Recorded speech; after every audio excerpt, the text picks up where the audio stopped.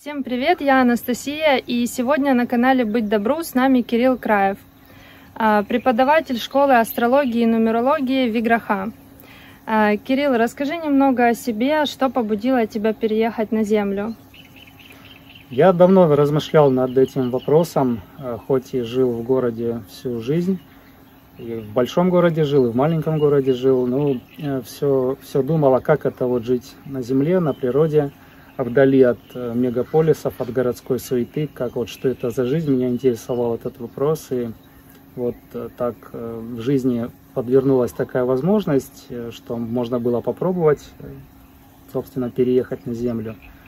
И вот я принял решение и переехал на Землю, и живу теперь так. Я знаю, что тебе близки темы развития человека, развития талантов, личностный рост человека. Как ты думаешь, как человек развивается, живя на Земле? Какие таланты он может раскрывать? На Земле жить — это что значит? Это жить ближе к природе, подразумевается. Это не прям жить на голой земле, а быть ближе к природе. И когда человек живет на Земле, то у человека есть возможность понять, что все вокруг нас живое, и что сама Земля, что сама природа, она тоже живая. Если, конечно, это замечать, потому что это нужно в упор не видеть. И вот таким образом самое главное, что в принципе раскрывается, когда человек меняет обстановку от городской жизни на жизнь природную, что он видит свое единство с природой, с землей. В этом самая главная особенность. А потом уже у кого какие частные таланты раскрываются, кто там что может делать. Но в основном плюс заключается в том, что когда человек живет обычной классической городской жизнью, он не понимает, откуда берется в мире много вещей. Допустим, элементарно ему нужна в коридор полочка для обуви, и он идет и покупает ее в магазине. А когда человек живет на земле, на природе, он может эту полочку сделать, то есть он может природой управлять, он может ей распоряжаться. Когда человек не живет в таком единстве, он теряет эту возможность распоряжаться природой, управлять ей, и, соответственно, он становится беспомощным и недееспособным. Поэтому я бы отметил вот эту часть прежде всего. Знаешь, я когда жила в городе, я не понимала, в чем люди находят кайф от того, чтобы взаимодействовать с землей, выращивать растения. Когда я переехала, я поняла, что действительно это управление природой, ты создаешь какой-то свой красивый уголок и действительно ей управляешь, и в этом есть свой шарм. Как ты думаешь, сколько человеку с городским таким сознанием понадобится времени, чтобы проникнуться, вот как ты говоришь, не все могут ощутить эту природу, проникнуться ей, или у каждого по-разному? У каждого по-разному, кому-то вообще, наверное, и не надо переезжать на природу, если человек пропитан социумом, пропитан мегаполисом и прежде всего пропитан предложениями мегаполиса, которые предлагаются человеку, то на природе ему будет тяжеловато, он везде будет видеть какие-то дискомфортные ситуации, то там жарко, то там грязно, то там неудобно, и не всем это нужно сейчас. А вот тем, кому нужно, тут действительно зависит от каждого человека. Кому-то нужны будут годы для того, чтобы познакомиться с природой, кому-то нужны будут месяцы. Это все зависит уже от индивидуальных особенностей, наверное, человека. Но в любом случае, если у человека есть желание вернуть вот это единство человека и природы, оно обязательно к человеку придет. Только вот вопрос времени. То есть ты считаешь, что это все-таки путь не для всех, и не каждому нужно жить на природе? Мы просто как человечество дошли до такого предела, что да, сейчас, к сожалению, уже не для всех этот путь.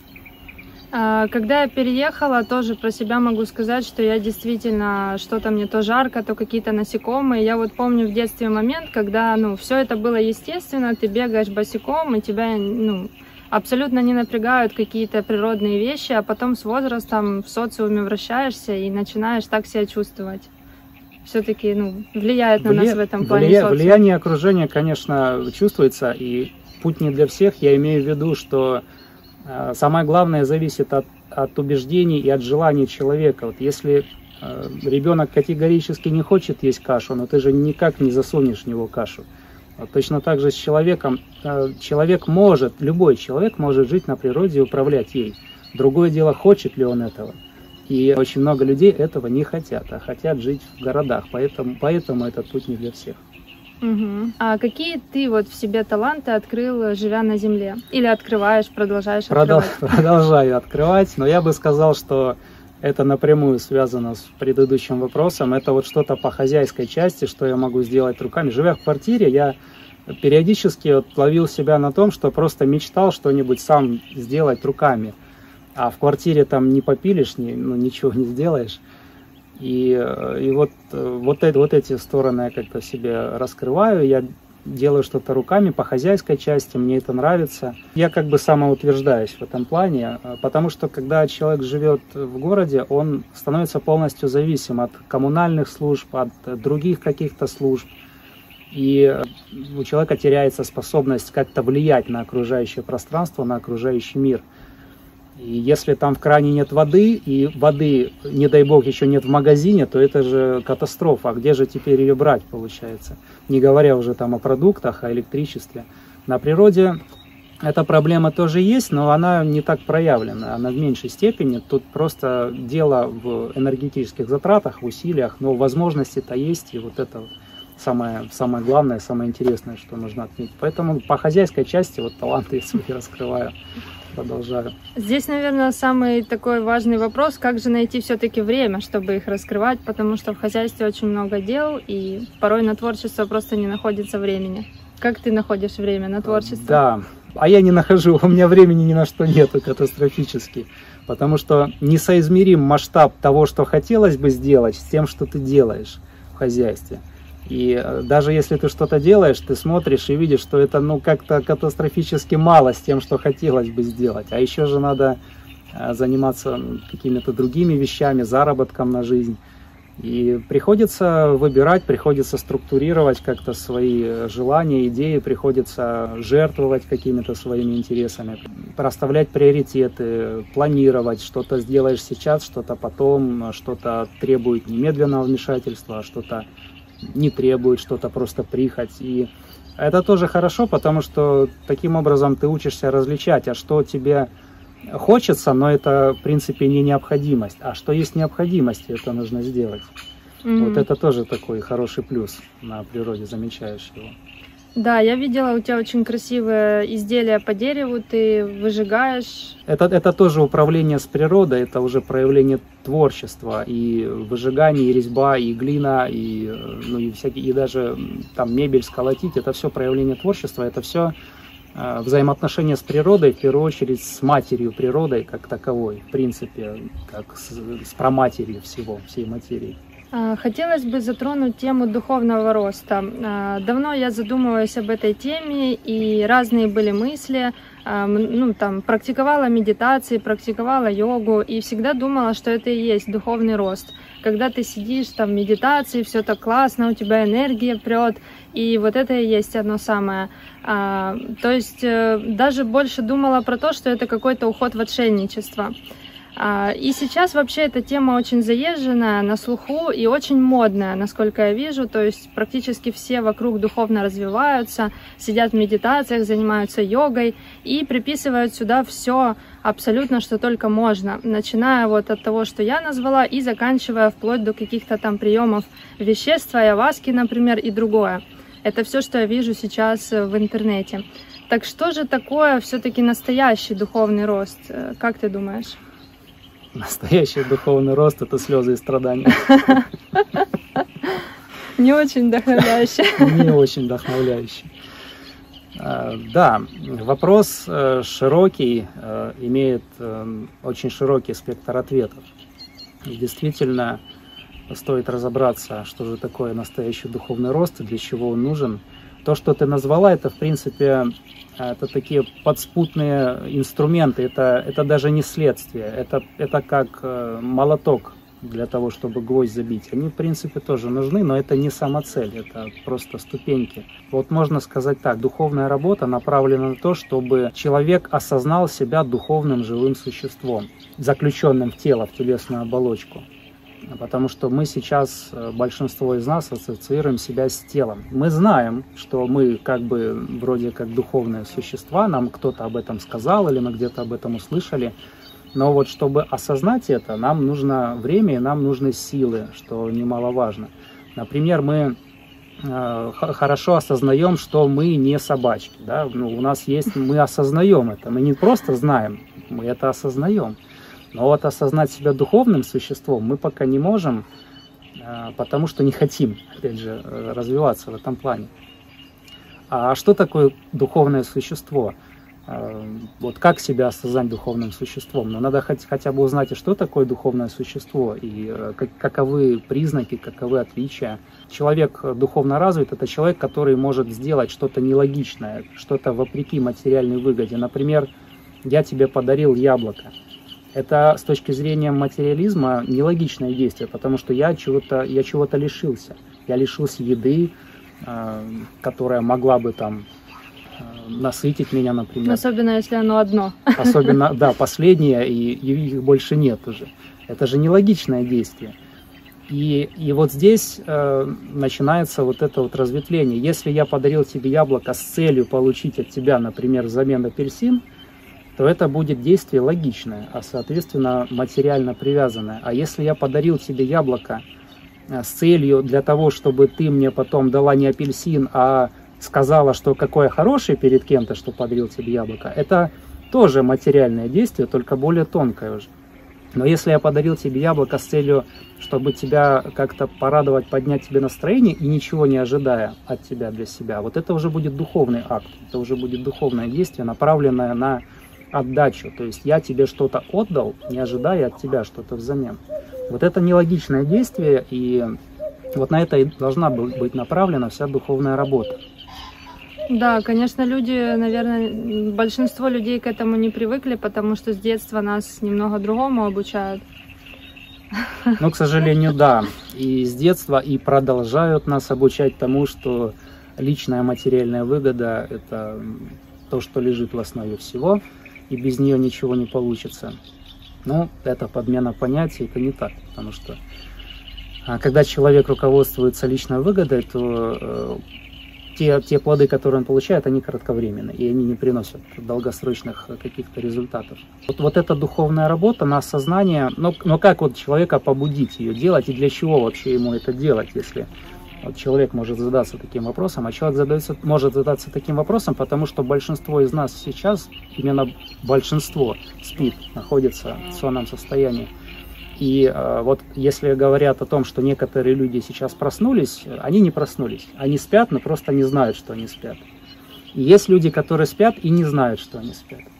И вот из тех людей, которые спят и знают, что они спят, есть люди, которые хотят проснуться, и есть люди, которые хотят дальше спать. При этом они знают, что они спят. Угу. Как человека вытащить из этого сонного состояния?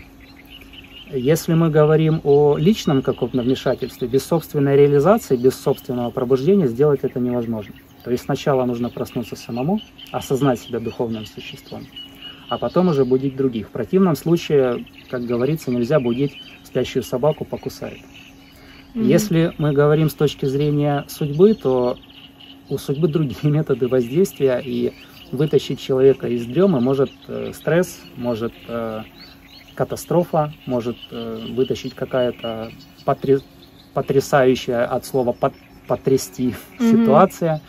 И тогда у человека есть выбор: или разочароваться в жизни и вспоминать о том, как было хорошо, или задаться вопросом, а что, собственно, произошло и почему это произошло. И тогда человек выходит на дорогу духовного роста. То есть можно коротко сказать, что духовный рост – это делать нелогичные вещи, правильно? Но здесь хочется мне сказать о том, что если ты их делаешь только от души, да, потому что если ты делаешь и думаешь о том, что ты как бы это делаешь от души, но в душе нет отклика, то получается ты как бы обманываешь сам себя, и может быть лучше сделать искреннее действие, пусть оно не будет там каким-то супер духовным, но оно будет правдивое, чем себя обманывать, думая, что это духовность. Наверное, где-то так, потому что если человек делает нелогичное действие и хочет, чтобы оно выглядело именно нелогичным, то в основе этого опять же лежит личная выгода. Нелогичное действие, оно побуждается бескорыстным импульсом каким-то. А это, в свою очередь, идет от каких-то реализаций, от каких-то прозрений, от соприкосновения с чем-то таким высоким, нелогичным, в свою очередь. То есть это больше исходит от нашего эго, что я хочу быть нелогичным, я хочу развиваться, и, наверное, в этом я типа классная, я преуспела, да? Ну да, у нас много чего из эго исходит, но просто мы так или иначе должны через это пройти, потому что мы не можем раз и стать духовными. Мы можем осознать, что пока мы материально привязаны, потому что осознание своей материальной привязанности – это уже шаг определенный. Для того, чтобы излечиться от зависимости, надо признать эту зависимость, надо ее разглядеть в себе. И вот когда человек видит, что он материально привязан, он может увидеть, к чему он материально привязан. Он может отслеживать в себе эти вещи и замещать их, то есть излечивать, трансформировать на духовные какие-то устремления уже. И это будет рождать уже вот это желание поделиться своими реализациями бескорыстно. Но, тем не менее, мне кажется, от тела и от вот этой материальности отказываться не стоит, ведь все-таки мы живем в материальном мире. И, забота о теле — это тоже важно. Конечно, никто на самом деле и не говорит, что надо уходить в пещеры, уходить жить в лес и открещиваться от материи, от природы. Здесь просто налицо классическая подмена понятий, расстановка приоритетов. Дух первичен над материей. И когда человек духовен, когда он осознает себя духовным существом, ему в распоряжение все инструменты для управления материальной природой. Когда человек не осознает себя духовным существом, а связывает себя с природой, с материальной, как бы он ни старался, он не сможет обуздать материальную природу, он будет испытывать страдания. Поэтому здесь просто дело в приоритетах, в расстановке приоритетов. Угу. Раз мы уже заговорили на тему духовности, хотелось бы задать еще один вопрос. С твоей точки зрения, как познать Бога и прикоснуться к Нему? Как познать Бога? Для этого нужно определиться, что такое Бог и кто такой Бог. Потому что много кто задается вопросом, как же его найти, или почему он не приходит, не делает мою жизнь хорошей и счастливой, при этом даже не задаваясь вопросом, а что Бог из себя представляет, собственно, имея скудное религиозное представление максимум из кино и из новостей, что такое Бог и что такое религия. У Бога есть три аспекта. Первый аспект – это аспект, который можно сравнить с совестью. Это, в принципе, и есть наша совесть. Это вот этот тоненький голос, который нам дает какие-то подсказки, который сжимается, когда мы делаем что-то нехорошее, или радуется, когда мы делаем что-то хорошее. У Бога есть безличный аспект. Это некая связующая сила. Одно из определений Бога, одно из имен Бога, у него их много. Так вот, одно из имен Бога – это союз всех живых существ. Когда люди находятся в единстве друг с другом, между ними есть безличный аспект Бога. Без этого безличного аспекта не получится жить ни в городе, ни на земле. Хоть сколько человек там не перечитает книг о том, как хорошо жить на земле, хоть сколько не посмотрит лекций, если он с материалистическим сознанием личной выгоды переедет на землю и думает, что от этого переезда у него жизнь улучшится, то он получит разочарование. Ничего не получится создать, ни семью, ни сообщество, тем более, если не будет союза всех живых существ. Поэтому в основе должны обязательно лежать эти идеи, а с этими идеями можно общество хоть на земле, хоть в мегаполисе построить, это уже не важно. Да, мне кажется, построить единство с другими людьми – это еще та задачка со звездочкой.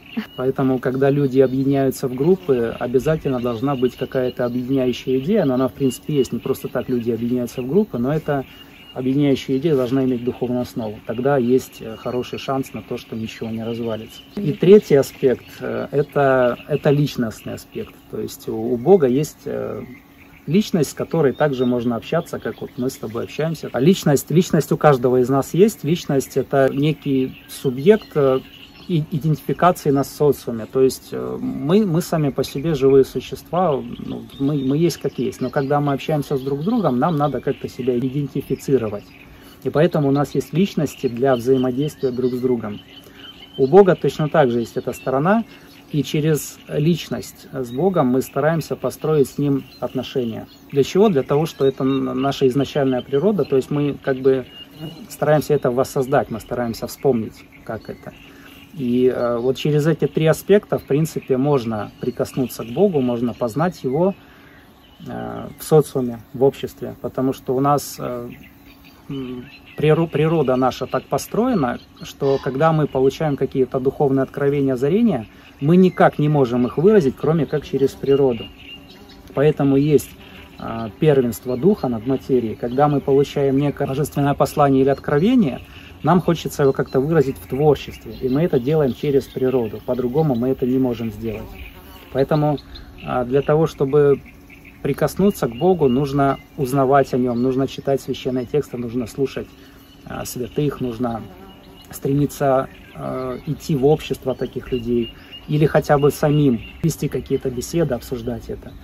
И потом все это культивировать в природе, в творчестве. Тогда у человека есть довольно неплохие шансы построить здоровое общество, хорошее. Угу. Мне, наверное, сложновато понять эту концепцию Бога как личности. Я ощущаю его, вот живя на природе, как просто то, что вот вокруг есть растения, животные, люди вообще в целом, и в каждом из них, как частичка Бога, находится часть Бога. То есть я с ним вот так взаимодействую и прикасаюсь к нему именно так. Ну и, конечно, какая-то обычно сила по жизни ведет, я всегда это чувствую. А было ли у тебя такое, что вот какая-то высшая сила, Бог тебя ведет, и, может, какие-то ситуации были, или как-то еще выражалось это? В принципе, как я вот убеждаюсь, Бог, Он проявляется во всем, и в том числе в трудностях, в том числе в каких-то кризисах, в конфликтных ситуациях. Не в самих конфликтах, а в их разрешении, в том, что кто-то может пожертвовать своим интересом ради другого человека для того, чтобы сохранить отношения. В том, чтобы не дать самому себе совершить плохой поступок и тем более не дать совершить его другому человеку из любви к нему. В этом тоже проявляется Бог. Грубо говоря, да, когда идут какие-то там интуитивные послания, что тебе вот по этой дороге можно идти, по этой нельзя. В том числе, когда человек думает, а какой же выбор ему в жизни совершить, и не может никак решиться, и взвешивает и то хорошо, и здесь вот он слышит какой-то такой тоненький голос, к которому прислушивается, делает какое-то решение, и оно оказывается верным, и в этом тоже проявляется Бог. То есть он разнообразен, и он везде, и в том числе и в природе, и в материи, и когда тебе на палец садится букашечка, тут тоже проявляется Бог. Главное, эту букашечку не раздавить.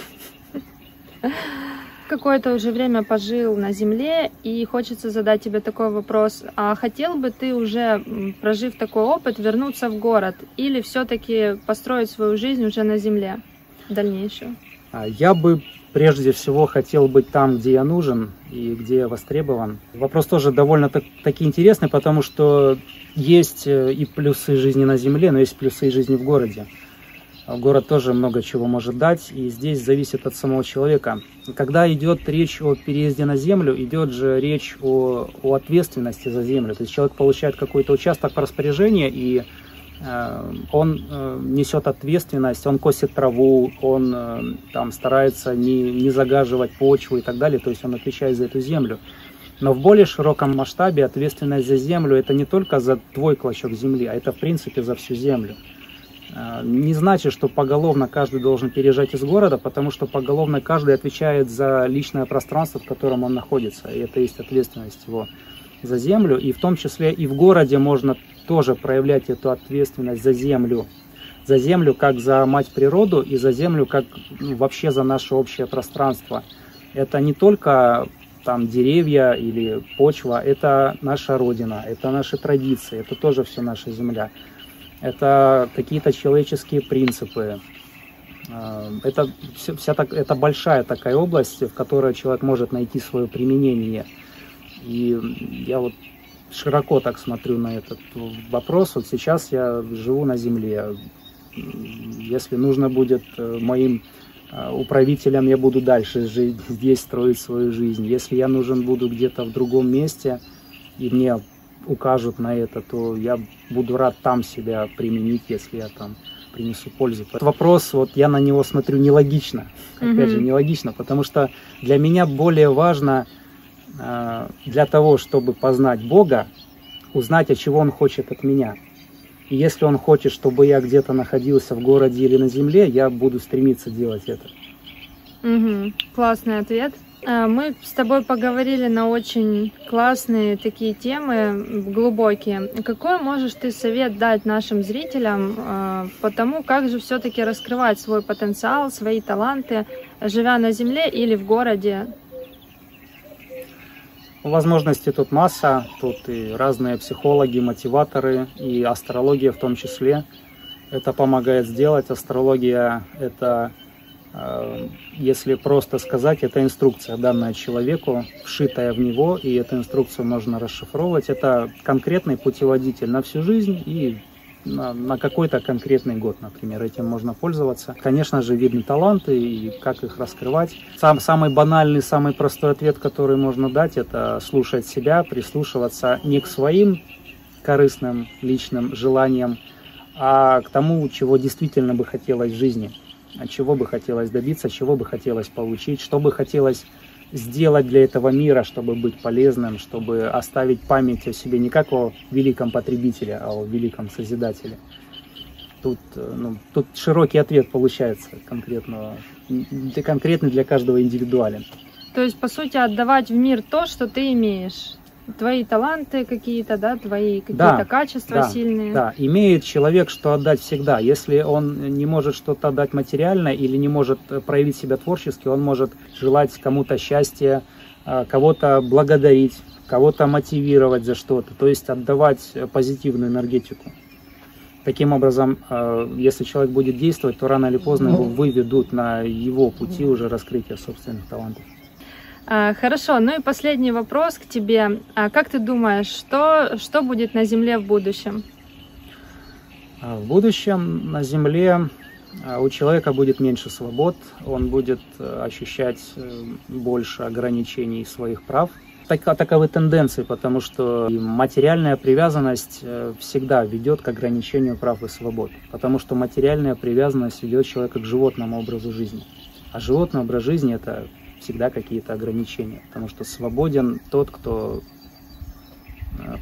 понимает, что он дух. Тенденции таковы, что глобально все человечество катится в тьму, так сказать, и катится просто в удовлетворение своих чувств, желаний, в угоду себе. То есть это банальная жизнь в свое удовольствие. Это вот то, чего нам хотелось с самого детства, и то, что я слышал от своих и родителей, от окружения, хорошо жить в свое удовольствие.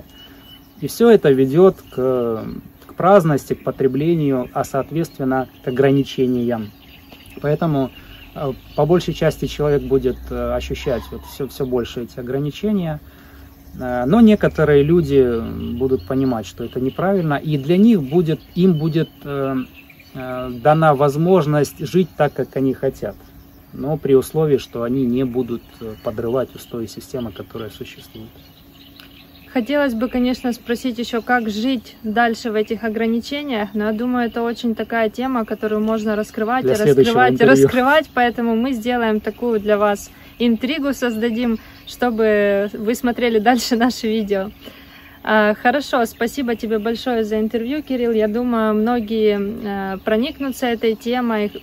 По крайней мере, мы постарались донести наши идеи. Кирилл донес свои знания про духовность, про Бога и про другие важные вещи. Спасибо всем за просмотр и до новых встреч. Будь добру на земле.